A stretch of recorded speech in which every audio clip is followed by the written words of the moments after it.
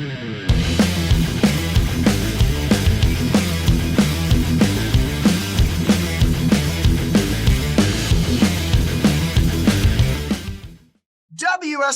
89.5 FM. I'm Valentino. And I'm Ben. And we're joined today with Dan from Between the Buried and Me. How you doing today, Dan?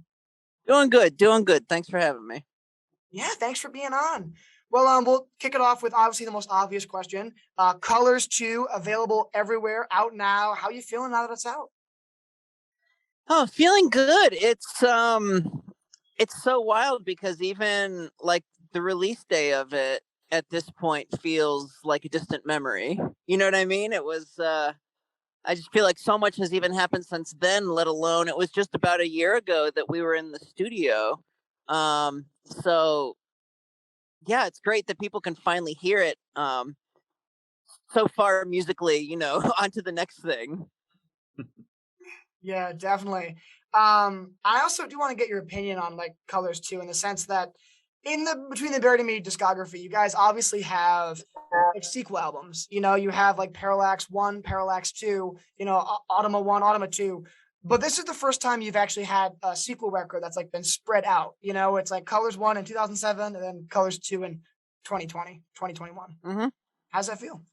It's cool. It's obviously not something that we plan to do. It's when Dream Theater does something like writes a song called Metropolis Part 1, you assume that at some point there's going to be a Metropolis Part 2, and I'm curious if Colors, the album we put out in 2007, is going to be referred to now as Colors or Colors 1. I think it's just Colors. I kind of hope it just lives on like that. But obviously we with a duo like Parallax 1 and Parallax 2, we knew going in that there was a long story that we were trying to tell, that we were going to space out over 1.5 records. And I feel like musically there's a big jump, between the full length and the EP. And so to do something like this and get to revisit, some musical themes, and just do everything through the lens of everything that we've learned, all the records we've done in BT Bam, everywhere else, how we've grown as people, musicians, and to filter all that, everything that we're doing musically through that, and through the lens of what Colors is now, how we would have, approached something like that, as the old men that we are now. And we wrote a pretty bonkers record, and that's what it is. Good stuff. And I think even sonically, like with the instrumentation, it sounds like a sequel record. It does sound like the continuation of Colors, which is cool that you have like over a decade gap, like the 10-year anniversary for Colors was like 2017. And you're still able to kind of almost pick up right where you left off. Yeah, I think, there's only a couple like very obvious moments, and Double Helix is kind of one of those. And then it's kind of funny that it starts that way, and then the blueprint of what is Colors that we're referencing, I think, becomes a little bit more, I would say, like less obvious. And we really like allow everything to breathe and live in each song. And some songs like Bad Habits is one in particular that is based around a section of Ants of the Sky, and the whole song is just built off this one shuffle from that song. And I'd wanted to do a song like that, just something real driving in the 70s, and like how many permeations of just like the shuffle beat can you do? And when the part finally happens in the middle of the song, it's a very fun callback, but it's basically the song's been building to it up to that point. So it's just it was just fun to use like these little nuggets from that record and have something like that happen, where it spurs a full song. But then there's just, at the same time, it was, we were writing the next record off after where we were with Automata, and I think it very much sounds like that too. Just the next natural step. So with Colors 2, that was fully written and obviously recorded during COVID. Was it fully written then, or did you have some of it kind of Yeah. written out ahead of time, or? No, we wrote it all. Between April and October. I think there was some things we were squeezing in. Final arrangements, small stuff in October, right before we went to the studio in November. Okay, because you guys are mostly, for the most part, spread out a little bit. How was writing that and communicating between all five of you? I mean, I can't imagine doing that. I mean, it's hard enough even just with normal day-to-day stuff trying to get in contact with other people, but let alone Yeah, it was. writing one of your albums. I mean, between the Parody Me albums, not a normal album in itself. It's always so complicated and technical, and that's why I love it. But I couldn't only imagine how hard that might have been. Yeah, it wasn't ideal with this band, even though we do the heavy writing individually at home, there's always arranging, fine tuning, and just that there's always fun surprises that happen, a few of us could be up at the space and, Paul's got an acoustic and I'm sitting on the piano or something, and you just, someone hears something or just starts playing something. You're like, wait, whoa, what is that? Oh my gosh, if I put the bass line from that under that, all of a sudden we got this other thing, another variation of a part, stuff like that always happens. And that didn't happen this time. So, there was a lot that, first few days sitting in the studio with, Paul and Dusty, and then being like, okay, let's define the notes that we're playing in this section.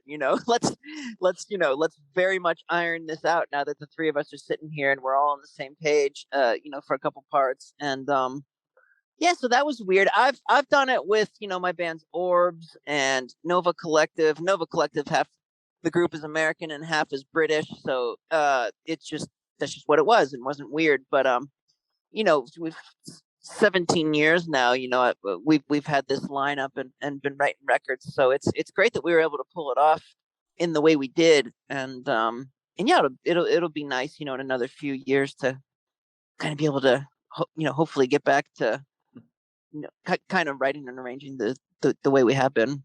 So speaking of like writing and kind of like that arranging stuff, I know that specifically with interviews with like Paul and Tommy, they've said that like they prefer in studio writing and recording over touring live. But I want to get your opinion. Which do you prefer? I know they both have their merits.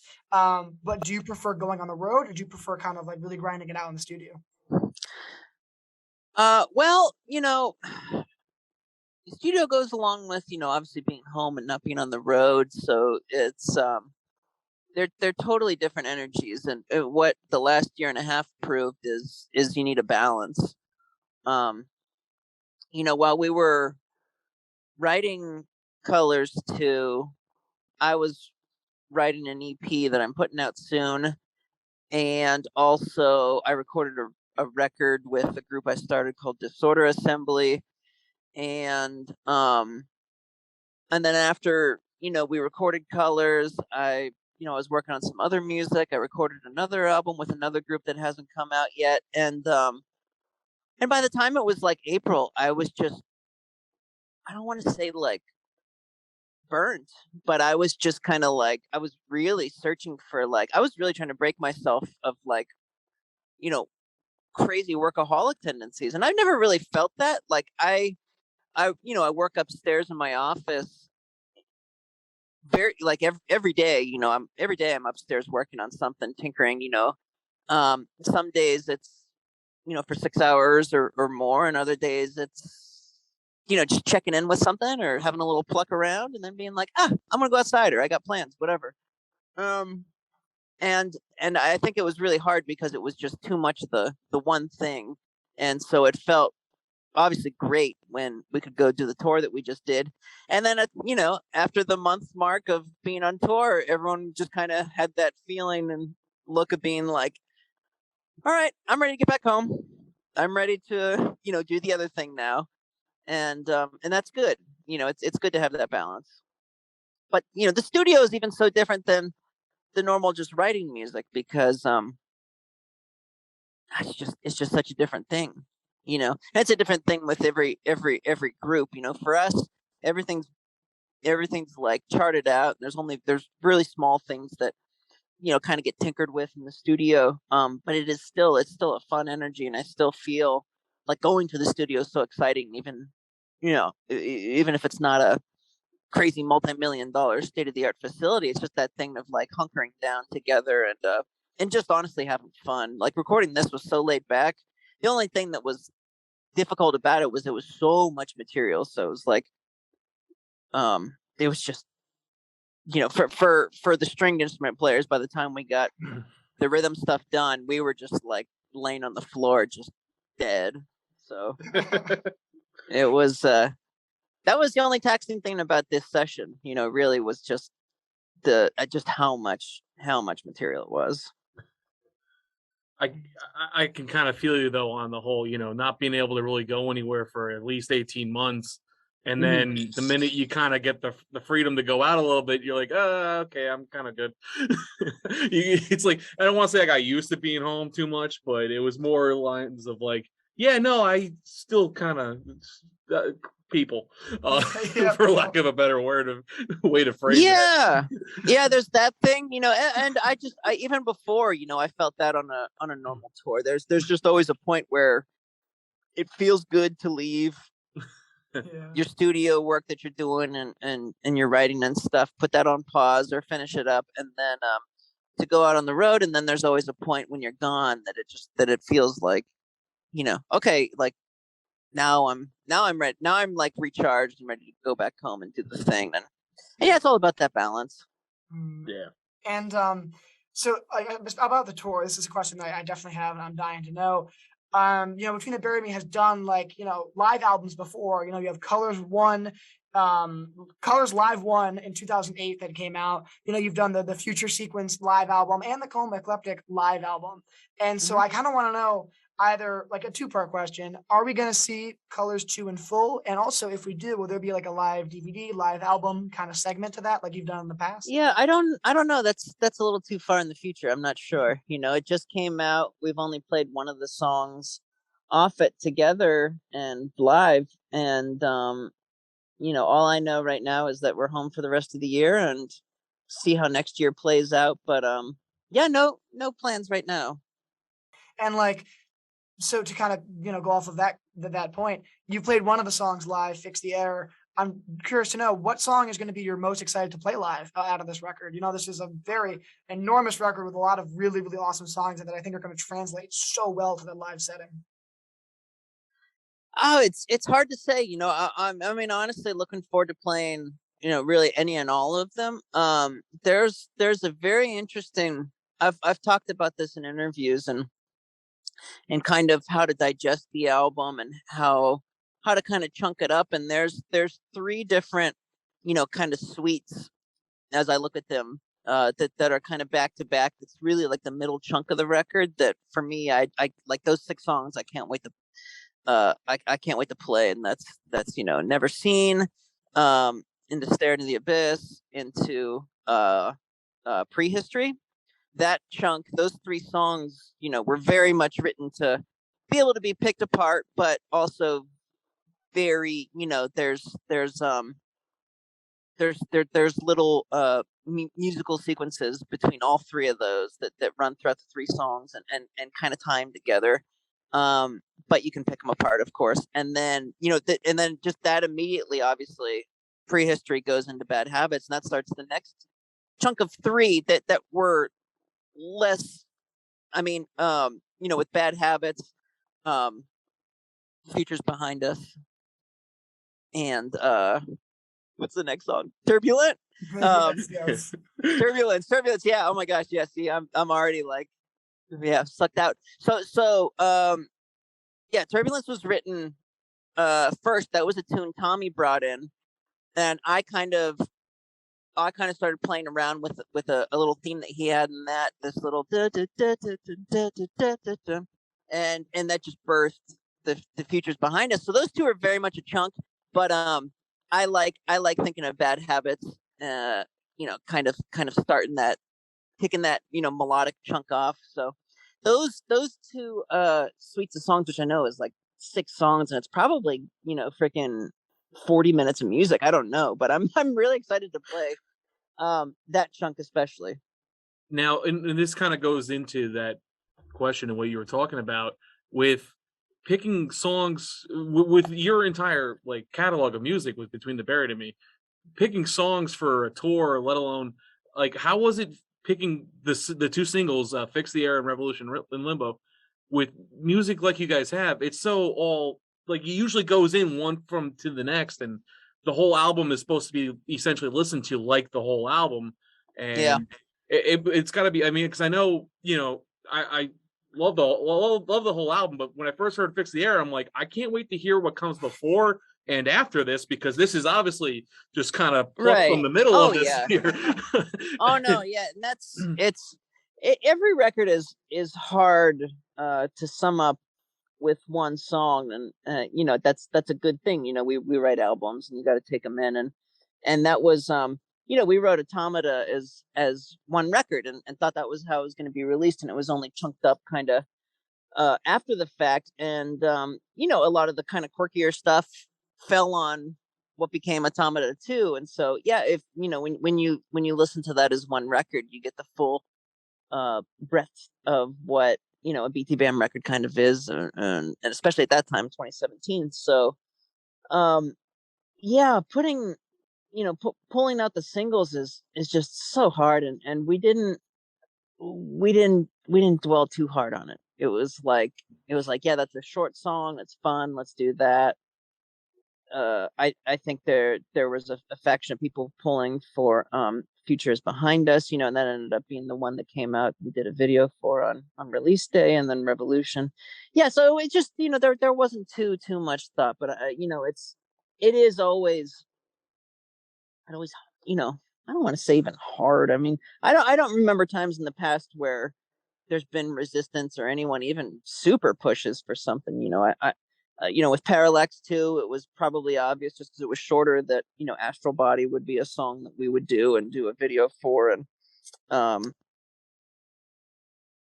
remember when we put out Great Misdirect, just having done that album that we released. I mean, all those songs are monsters outside of Desert of Song, and we released Obfuscation. It was just kind of like, yeah, here you go, like this is what it's going to be. And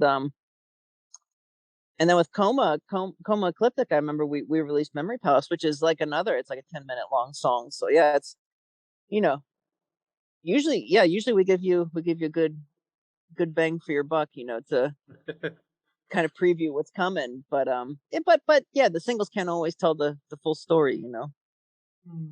And what I think is so cool about like this record is, you know, it always fascinates me when you have a band that's been around for, you know, 20 years, like Between the Buried and Me, and your new record, all 5 of your top 5 Spotify tracks are currently on, you know, the new record Colors too, which is crazy that like, you know, from a personal note, I think it's one of the best records you guys have released in your career. But even just from a commercial note, it goes along with that way too. Do you kind of feel like the pressure with every release? I know it's been, you know, it's been 20 years, but do you still feel anxious every time you have to drop a record? No, no, you know, for me personally, I'm always working on music, of my own, various other groups or BT Bam stuff. And so there's always an evolution happening. And, for Between the Bear to Me, you know, when it's every 3 years or whatever, um, you know, it's just very much doing the next thing, and what feels natural and what feels right. And I think that's what's allowed us to grow so much and really be a band for 14 years or 14 years. What am I saying? I don't know where 14 came into my head, for 20 some years now. It's just sticking to your gut, and just having fun and writing music for yourself. You know, we've never been trying to follow a trend, or, you know, obviously be on the radio or whatever. I don't even know what radio is anymore.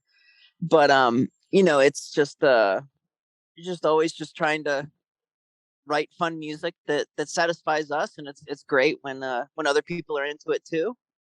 And yeah, the thing just keeps chugging along. Well, that actually like perfectly segued into something I wanted to bring up, which was the fact that you guys also were nominated for a Grammy for the song "Condemned to the Gallows" off Automata One.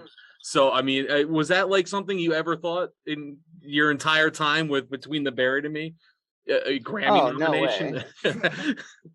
No, and it was. I remember getting up that morning because it was really disorienting. We were just getting home from a European tour, and our light guy and I had gone to Iceland for a few days after that tour. So we got back a couple days later, and I woke up that morning to just tons of messages, and I was like, what is going on? And I scrolled up, and it was. I mean, there's no, when something like that happens, I mean, it's an absolute surprise. There's no, leak that a label finds out beforehand. There's no yada yada. It's just legitimately, here's the postings. Everyone finds out at the same time, and it was shocking. I mean, I don't, I remember when Colors came out, there was murmurs way back that it was being passed around. It was that basically that it was, a label will. I'm trying to think of the word. They'll kind of put your record up to be, in possible contention. Now there's probably thousands of records, every year that go up for that. But no, it was never. And we it was fun that year because every band that was nominated we'd either been on tour with or we'd played at least one show with. So it was kind of interesting to see the list and see some of the guys that day and be like, this is weird. Like we're all we're all here together. And it was, I'm pretty sure for everyone in that group it was, first time nominations too. So yeah, it was just so weird though. It just that was a out of body sort of day. Mm. Well, switching gears a bit, going back into Colors too, I do want to talk a little bit about the album cover because I can imagine when you have, because obviously we've talked about how Colors, the first Colors album is so influential, so incredible. That album cover is one of the most like influential album covers. You know what I mean? I feel like when it comes to the world of like metal in the 2000s, that first Colors album cover is like always brought up. And so almost building a sequel off of that album cover, I feel like has to be just as daunting, if not more daunting, than writing the sequel to the record. You know? Yeah, I don't know. I remember at the time, it came out on Victory Records, and the head of the label, Tony Brummel, thought it was too reminiscent of Dark Side of the Moon, I guess, because there was a color stream, that was on it, and we were just kind of like, like I guess, but if there's any record to like, you know what I mean, to like bump off, that's okay. Yeah. And then he like, ended up totally embracing it, and saying we were going to be the Pink Floyd of the metal scene or whatever. And we're just like, you're just blowing smoke. That's crazy. Yeah, this is the third cover I think we've done with our bud Corey Myers, and he's great, and his style's evolved a lot over the years. We started with Coma Ecliptic, which he really worked as like art director kind of on, because it was all photography based and staged sets and stuff, and that was so far out to adapt his design eye and skill set, and be able to hire in all these other people, models and set designers and cameramen and all that. I mean, it was a real production. It was so cool. And so it's interesting to see, where he's at and how he was able to, again, kind of approach source material through the lens of, where he's at, where we're at. Our buddy Brandon, who did the art for Colors and the Great Misdirect, I don't even think he's a graphic designer anymore. I haven't talked to him in years actually, but I think he kind of got out of art kind of altogether. But he did, like, he used to play drums in Fear Before the March of Flames, and he did some incredible artwork for them, and a bunch of records for Equal Vision Records, where he worked for a while. So I'm sure it tickled him to know how far and how long some of these images have lived on. I mean, we were just on tour with his Great Misdirect art, Yeah. splashed behind us for an hour. So that's pretty cool. But yeah, these things live on and always mean something to everyone else in a different way, and that's kind of cool. Well, thank you so much for talking with us today. We really appreciate it. WSU is spinning a ton of tracks off the new record. We've got Revolution in Limbo, Extinction, Fix the Error, Never Seen. You can hear all of our WSU listeners, and even if people who are watching this online on YouTube or our website, tune in to 89.5 FM. We've got one more question for you today. I want to thank you so much again for talking with us. I guess our last question would be, is there going to be another tour soon? I know because we've got the Great Misdirect tour that was supposed to be last year, but Yeah. is there going to be another tour hyping up Colors 2 in the near future? Yeah, we're working on stuff for next year. It's still weird. When we were out, we left the first week of August. I can't believe it's just about October. That actually kind of just blew my mind. But we left the first week of August, and it was so wild because at that time, obviously I follow a lot of contemporaries, musicians and this and that. No one else was out on tour. No one else was posting stuff, and there's a lot of tours that are just kind of kicked up while we were gone, since we got home a couple weeks ago. And there's still tours that were supposed to happen this fall that are getting moved. I remember Deftones canceled a big tour. There's a lot of stuff. I saw Dream Theater just canceled a tour and moved it to next year. And so that's a weird and interesting thing, and it's just going to be interesting to see how everything plays out. And we're just hopeful that we'll be able to get on and play in America and take the record all over the world like we would normally do. Hopefully things just keep getting better or whatever. So yeah, no concrete plans right now, just loving being home. I got random work at the house that has nothing to do with music, which is kind of fun. And then I've got an EP of mine that I'm putting out soon, and another one that uh I'm mixing right now, and trying to there's stuff that I put on hold that I was trying to get to before the pandemic that kind of re-entered my brain recently as I was getting ready to come home, and I was like, oh shoot, that's it's probably something I got to get into next. So there's I already have that feeling, only a week or a couple weeks at home or whatever, where there's just not enough hours in the day. So if I want to be social and see people, you love it, and you want to make time and have that, be well rounded in your life. But there's also just never ending amount of stuff that I could be working on. And so yeah, just balancing it. That's what we were talking about earlier. So that's the theme of the interview, theme of my life. I love it. Well, thank you so much again. Colors 2 available everywhere. We really appreciate it.